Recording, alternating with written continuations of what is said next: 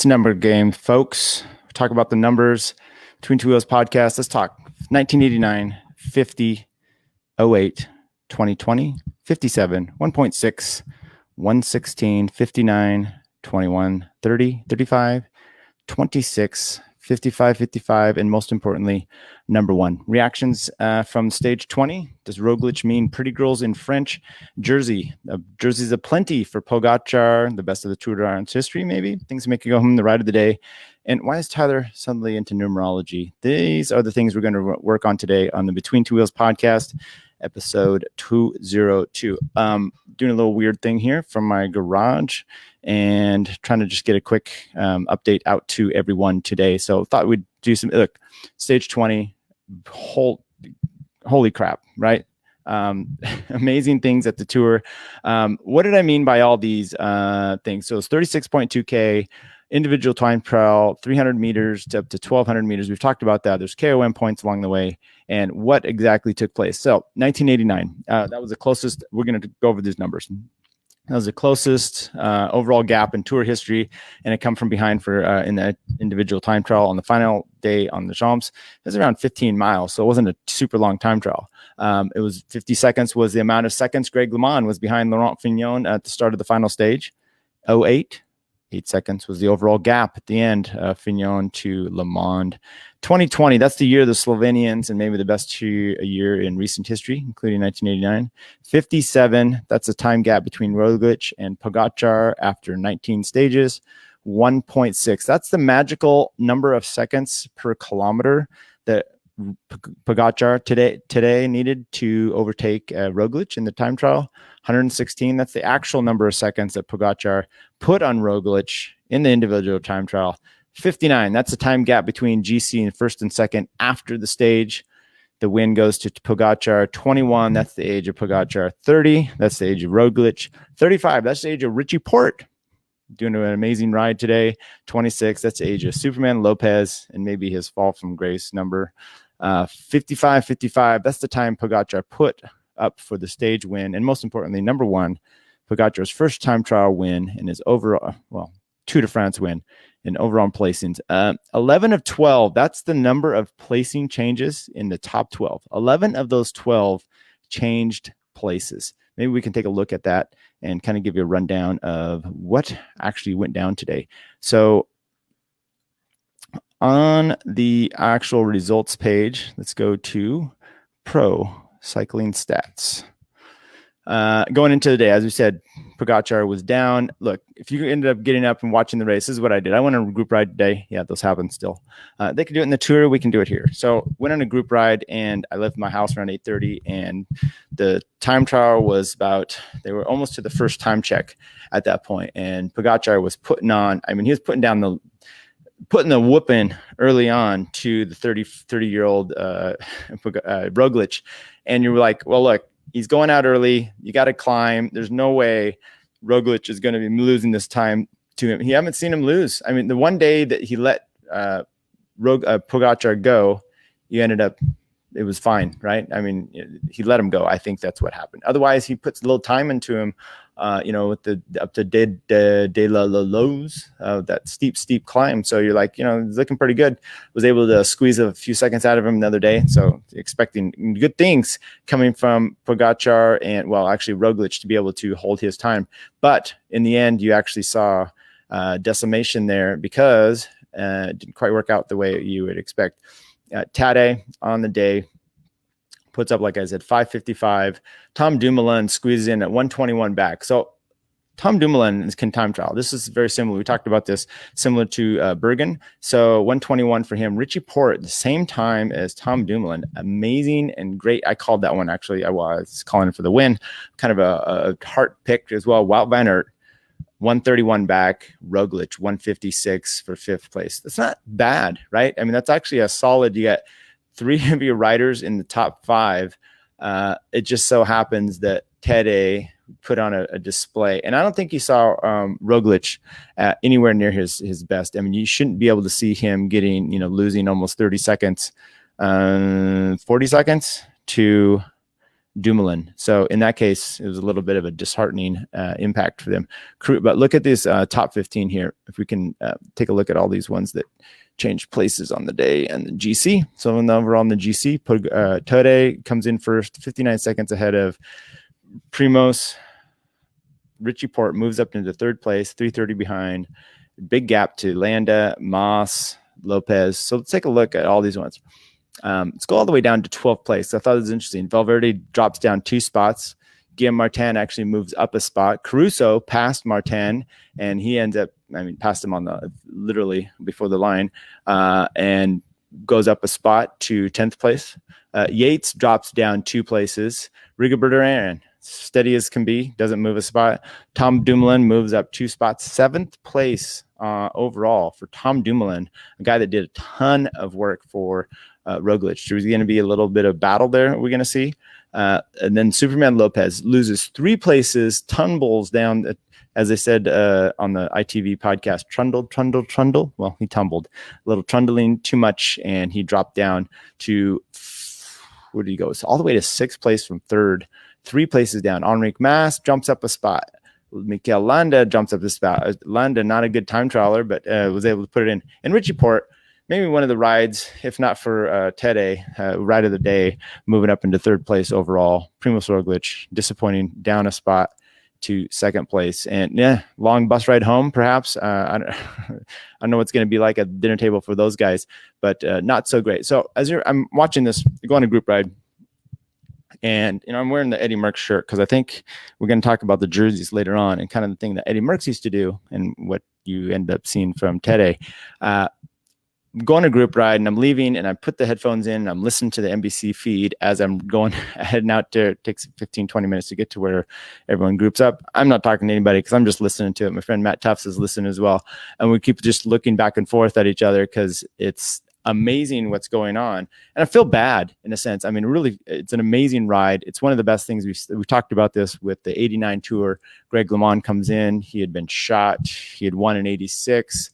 87, he wasn't able to compete due to the shooting out here, actually in Placerville or Placer County, I believe. And then you had Stephen Roach wins in 87, 88, Pedro Delgado, 89. He comes back, he being Greg LeMond, and he has a great fight with Laurent Fignon and comes down to the final time trial. He's got the aero bars, all those things. It's a flat time trial, comes into Paris, and he ends up winning, and pretty amazing. But this is a little different. The last day, I'm wondering if Roglic was maybe ill. You usually expect him to see that kind of distance and power and time to Tede. He was losing time in the national time trial. I guess it was like 15K. That one was, he lost 9 seconds to him.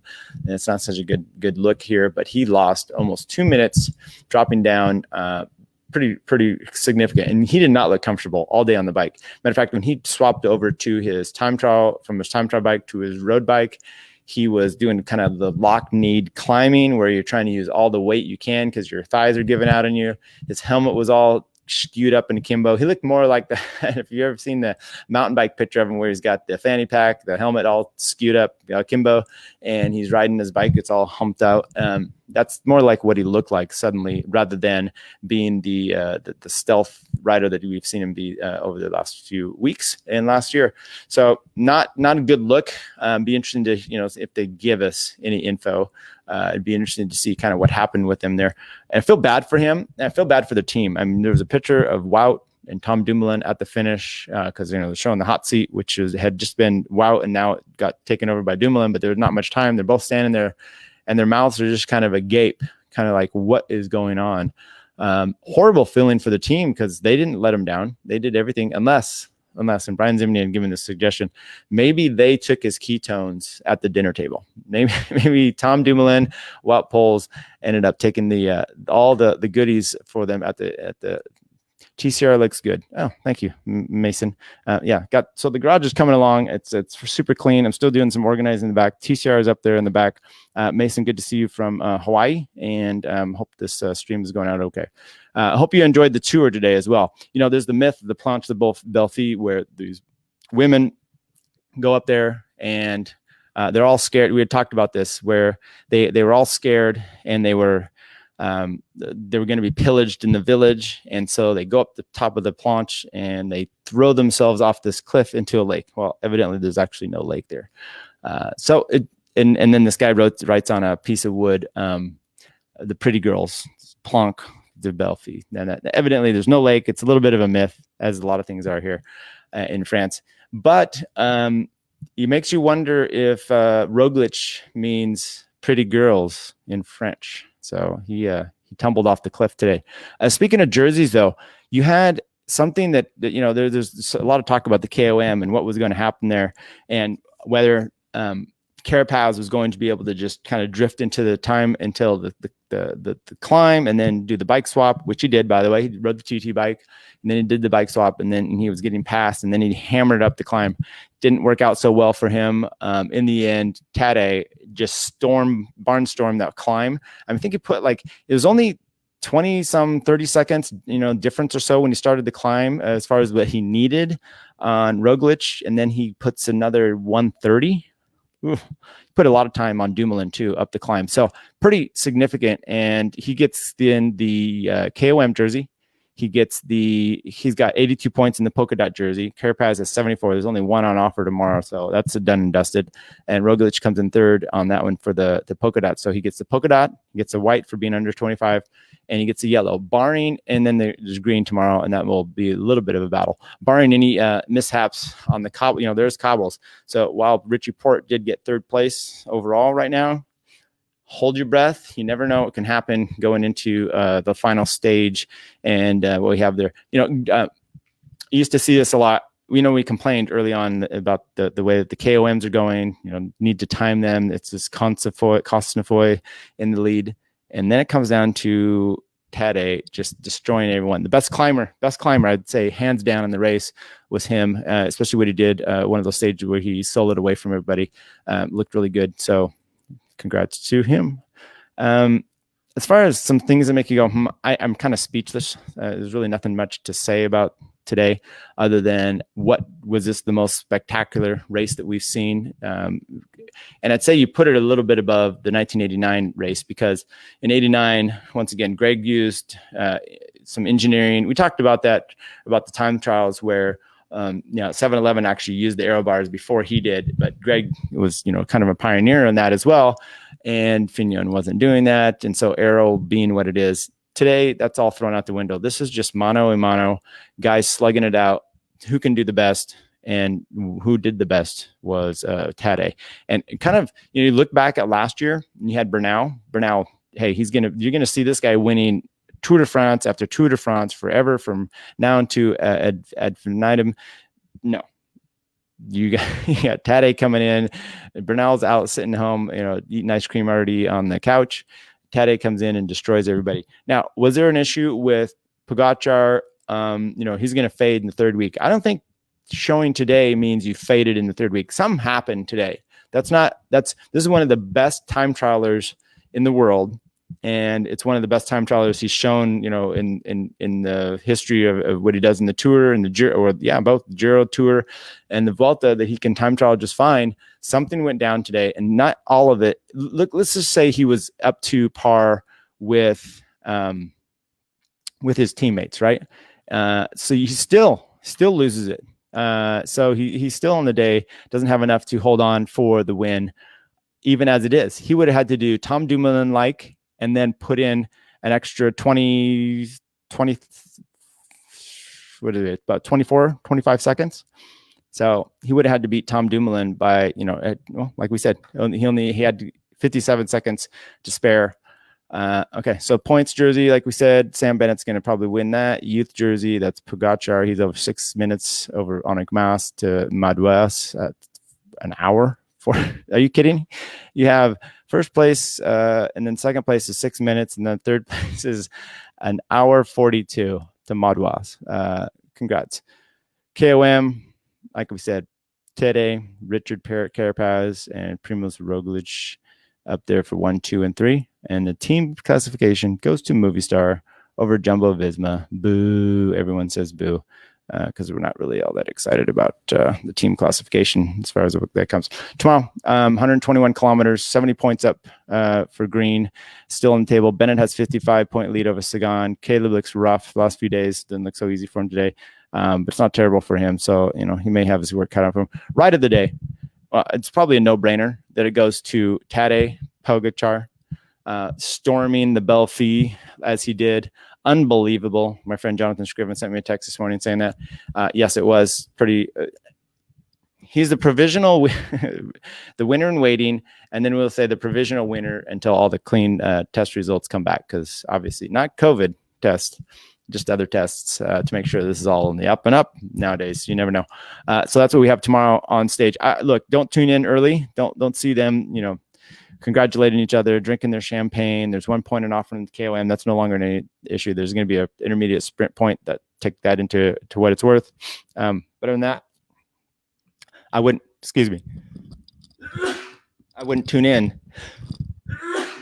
Good Lord. I wouldn't tune in until I don't have all the fancy production stuff to mute myself here. I wouldn't tune in until actually, until they could get into Paris. And once they get into Paris, then that's when you're going to be able to actually want to watch that and take a look at it. Right of the day though, Tadej, and then I'm going to throw Richie Port in there. And then we got look at the World Championships coming up in a week. 2 weeks is the Giro. The Vuelta is coming up, 4 or 5 weeks then? 6 weeks maybe? I mean, everything's just getting crushing down on us here. Evidently, Sagan is going to be doing the Giro. So he has 2 weeks off. Pretty intense as to what these guys are going to do. Do you pull against Wout for World Championships? I want to take a look here at Sepkus. Sepkus on the day. Let's go to teams and go to Jumbo. See if we can find them here. Team Jumbo Visma. So Sepp wasn't the last rider of the day. That was George Bennett. Sepp did lose 7:23. He was 67th on the day. Not stellar, but he did just fine there. And maybe if we just go to all nations, go to United States and see how all our gentlemen did for the.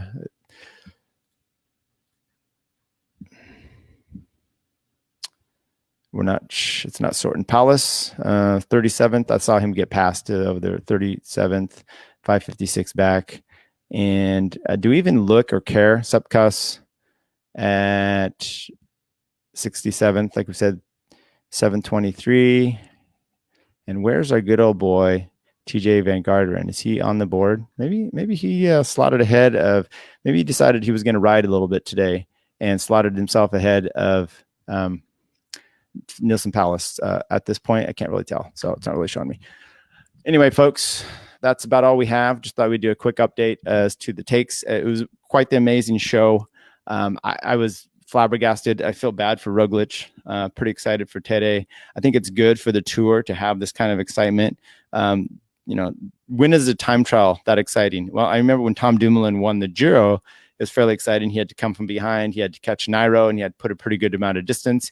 And the countdown clock that the virtual timing is a pretty cool way to do it. Was it 03, 01, one of those 2 years where Lance was getting chased by Jan Ulrich, came down to one of the time trials. It was pretty exciting then. But those are flat time trials. And the way that this stretched itself out and played itself out today, pretty exciting. I can't fathom a better way to finish it. In Pinot's hometown, yet Thibaut Pinot, he tried, the first early on, you had Cavagna sold in the lead. This guy is out there for like 80, 90, 100 plus kilometers yesterday. And then he goes out there and sets one of the best times, big guy. So you're like, well, it's going to be a Tom Dumoulin type of thing. And then Tadej Pogacar ends up destroying everybody in the meantime. So that's all we have for today. And hope you enjoy the tour tomorrow. And then we've got the Giro coming up. I don't know that we'll be doing these live shows every day, but from here on out, hope everyone has a enjoyable Tour de France stage 21. And who's my pick? I said Hostetler yesterday. Maybe Caleb Ewan. I know Chris had talked about that. I think that's his pick. And I'd also mentioned Alexander Kristoff, and I think he might have it with a little bit of momentum. However, Chris did send me a text, and he said Wout is now unleashed for tomorrow. Yes, he is. And I think you might see a Wout really throwing his anger into the mix for tomorrow. Thanks, everybody.